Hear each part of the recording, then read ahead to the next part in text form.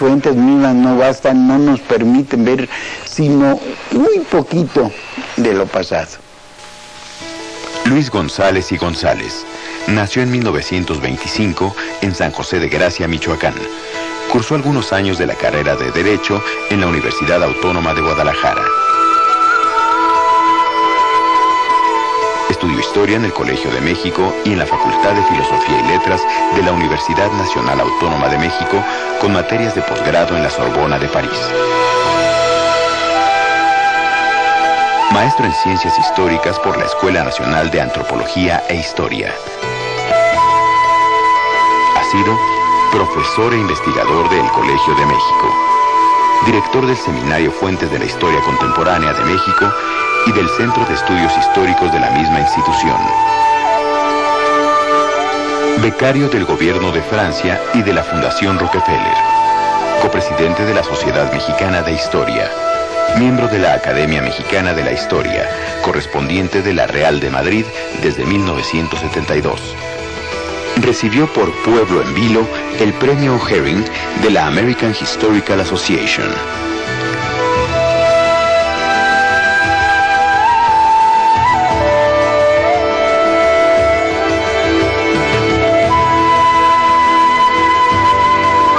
Entre sus principales obras destacan Fuentes de la Historia Contemporánea de México, libros y folletos, Invitación a la Microhistoria, Nueva Invitación a la Microhistoria, La Querencia, El Indio en la Era Liberal, El Siglo de las Luchas, Los Artífices del Cardenismo, Atraídos por la Nueva España, Los Días del Presidente Cárdenas, Todo es Historia, El Oficio de Historiar y Pueblo en Vilo.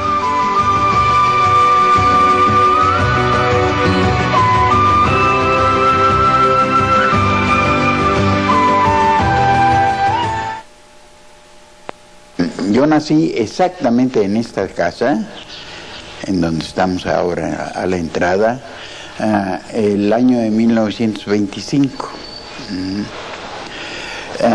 Por lo tanto, pues ya llevo mis años de pasar por esta vida. Espero que quizá nomás llegue hasta los 25 del siguiente siglo. En mi pueblo, que estaba pues padeciendo, pasando por una época dura, no había escuelas, porque la escuela religiosa había sido cerrada, la escuela oficial no llegaba. Entonces aprendí a leer, escribir, contar y rezar, como se decía entonces, con mi madre. Cuando salí de aquí del pueblo para estudiar la secundaria, no tenía yo la primaria, pero me compraron por ahí un certificado de primaria y con ese entré a hacer los estudios medios. Esto fue en el Instituto de Ciencias de Guadalajara. Posteriormente fui un tiempo aspirante a ser abogado en la Universidad Autónoma de Guadalajara. Aquí en esta casa, mis padres, particularmente mi padre, hablaba constantemente de sus antepasados, de quienes habían hecho este pueblo, de cómo habían pasado las cosas desde 1888, en que se fundó el pueblo, hasta ya los años de 1930 y tantos y todo. Es decir, yo sentí que desde chico, que para verdaderamente comprender a los demás seres humanos se necesita no solo ver lo que están haciendo, sino también ver lo que fueron. Mi pasión por la historia nació desde la niñez, pero en Guadalajara no podía hacer la carrera de historia porque no había esa carrera ni en la universidad, en ninguna parte. En México se acababa de abrir el Colegio de México y ahí tuve esa oportunidad de tener excelentes maestros para hacer esta carrera. De hecho, desde que empecé a estudiar la carrera de Historia, estuve ya haciendo publicaciones. Una vez que terminé mis estudios en el Colegio de México, entonces obtuve una beca del gobierno de Francia para hacer estudios de posgrado en la Universidad de París. Ya me pasé un par de años, allá conocí a nuevos maestros, en fin, allá puedo decir que terminé mi formación formal sobre la carrera. Volví a la Ciudad de México, estuve colaborando con Daniel Cosío Villegas en la historia moderna de México, y después de ese tiempo en que estuvimos haciendo la historia moderna de México, no sé, me salieron muchos trabajos por hacer, otros que yo quería hacer, y en definitiva me he pasado la vida con trabajo suficiente. Nunca he estado desempleado. Sí. Don Daniel había decidido, para entender el México actual, hacer una historia del México liberal, que es el antecedente inmediato de este que llamamos México revolucionario.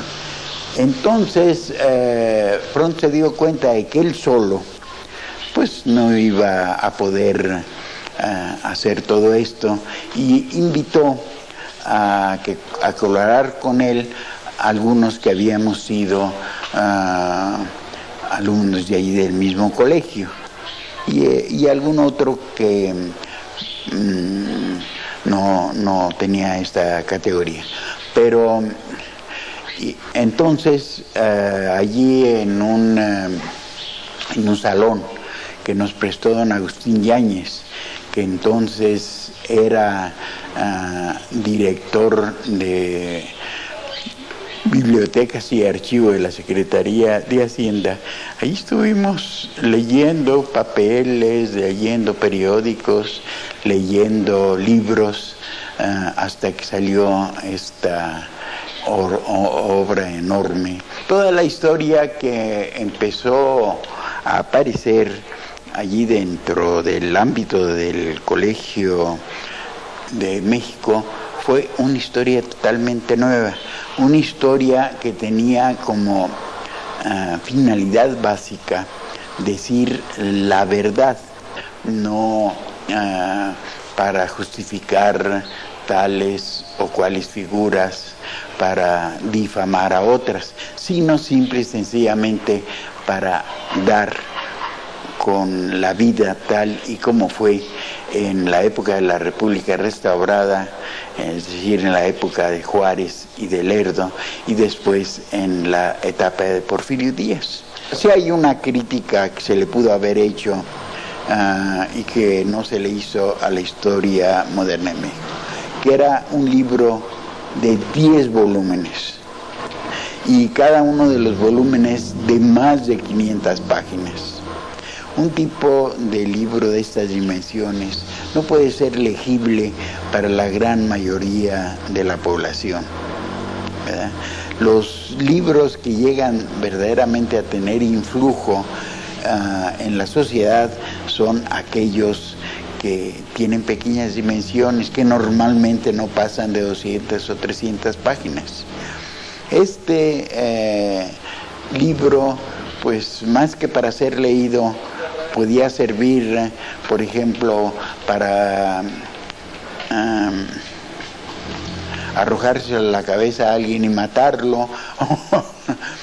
Es decir, no tenía funciones propiamente de comunicación como debe de tener todo libro. Del Colegio de México yo recuerdo con mucho agrado las lecciones del doctor Silvio Zavala, que era el director del Centro de Estudios Históricos.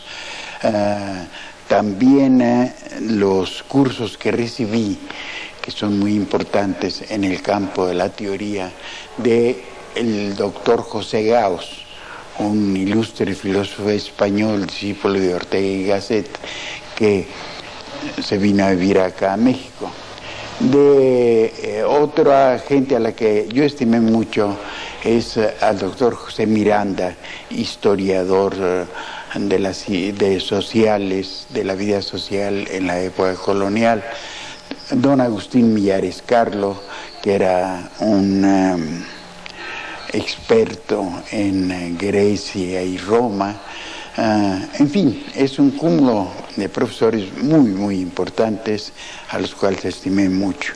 Había en el Colegio de México un maestro que después salió de allí. Yo lo traté relativamente poco, pero en ese poco tiempo lo estimé mucho, que se llamaba Ramón Iglesia.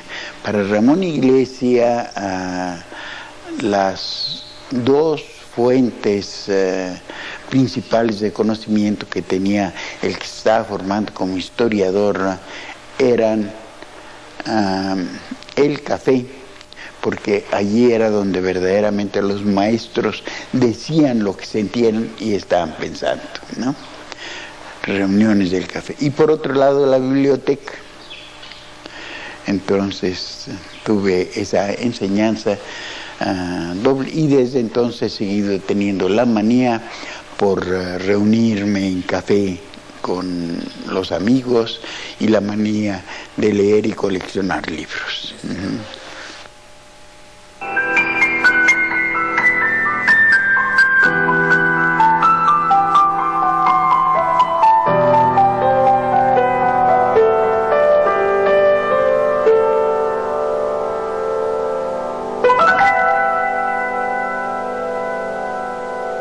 Yo creo que muchos historiadores solo trabajamos por el placer de saber cómo ha ido caminando este grupo al que pertenecemos, naciones, etcétera, etcétera.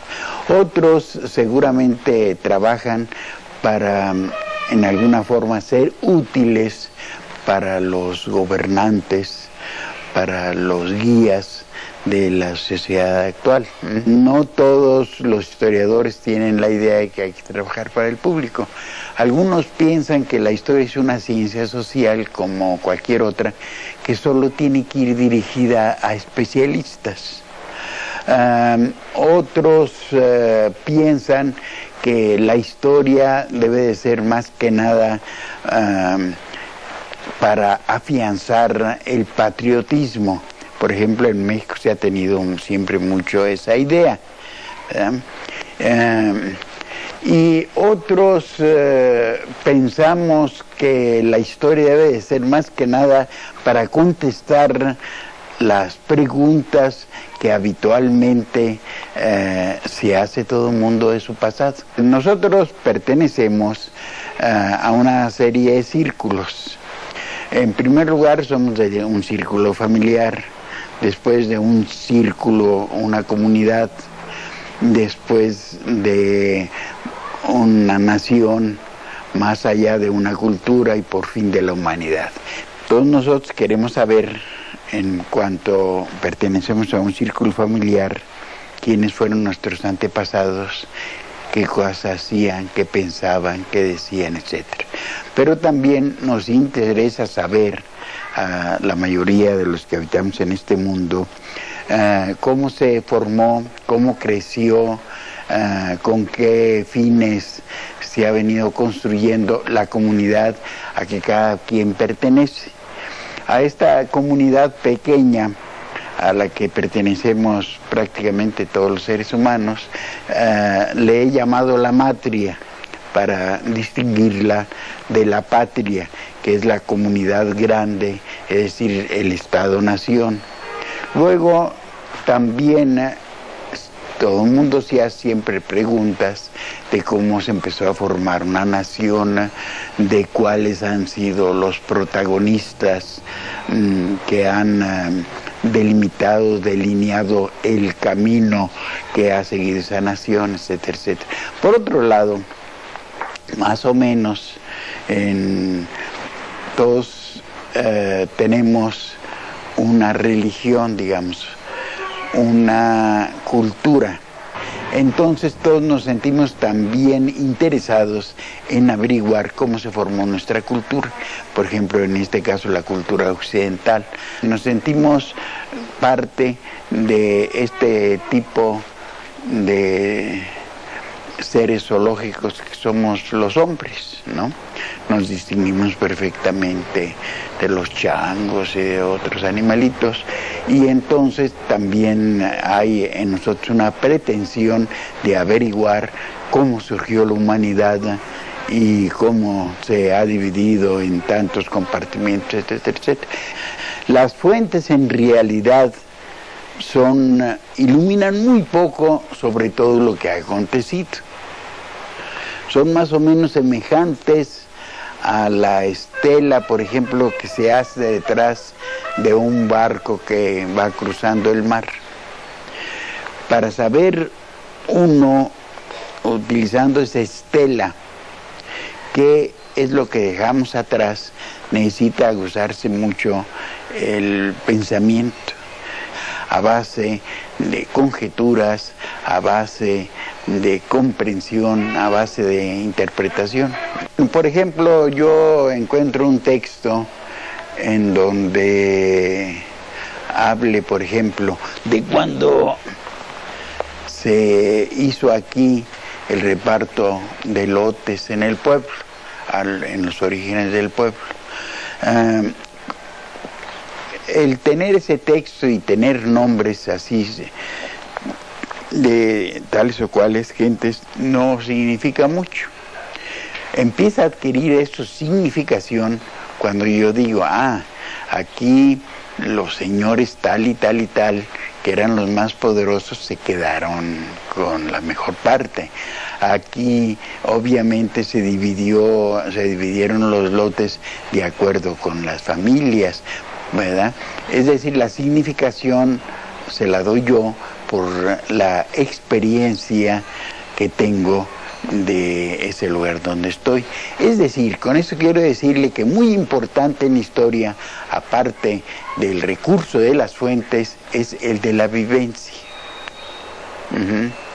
Si no se vive en el contexto que se está explorando hacia atrás, no se puede conseguir nada. Para ponerle un ejemplo, en un artículo de un historiador norteamericano, decía que los seguidores de Zapata habían idolizado a grado sumo al caudillo, porque en lugar de dirigirse a él como a los demás seres humanos, él había encontrado cartas en donde se expresaban a él como si fuera Dios, que por ejemplo estas cartas generalmente terminaban diciendo, quedo a los pies de usted, beso sus pies, etcétera, etcétera. Este señor no sabía que es una costumbre simple y sencillamente de nuestra manera epistolar el terminar con una frase de ese tipo. Entonces no comprendió y creyó que los seguidores de Zapata lo veían a él como un dios. Es decir, tiene uno que comprender las costumbres, las tradiciones de un lugar para así interpretar cada uno de los datos que aportan las fuentes. Para entender perfectamente o lo mejor posible lo que ha pasado, se necesita escoger un tema que tenga que ver con la vida presente.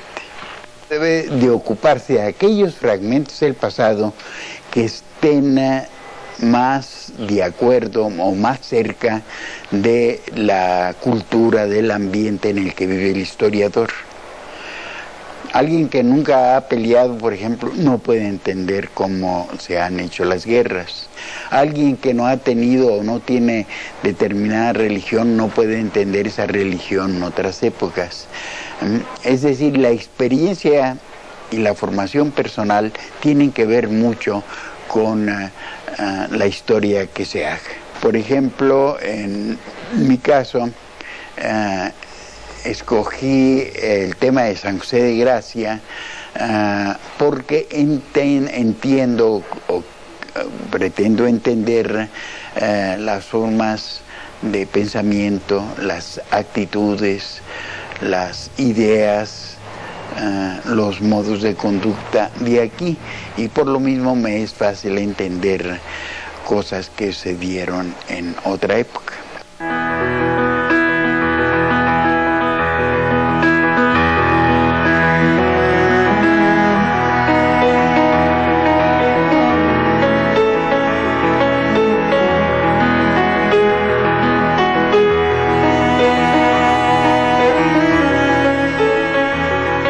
Hay algunos que han dicho, y yo creo que tiene razón, que la principal utilidad que tiene el pasado es la de evitar que se repitan errores de otras épocas. Mejor dicho, algunos dicen que entre el psicoanálisis y la historia hay un parentesco muy próximo. El psicoanálisis utiliza como recurso el hacer recordar al paciente cómo vivió, qué conflictos tuvo con sus padres, con sus paisanos, etc. Y gracias a que se acuerda de cosas que le sucedieron en su casa, en su comunidad y todo, logra librarse de ciertos malestares en el presente. Se dice que la función del historiador es en el mismo sentido. Otros, por ejemplo, incluso creen que los niños de ahora, para ser los patriotas, no hay como contarles en la forma como lo fue Hidalgo, Morelos, en fin, otros muchos héroes nacionales.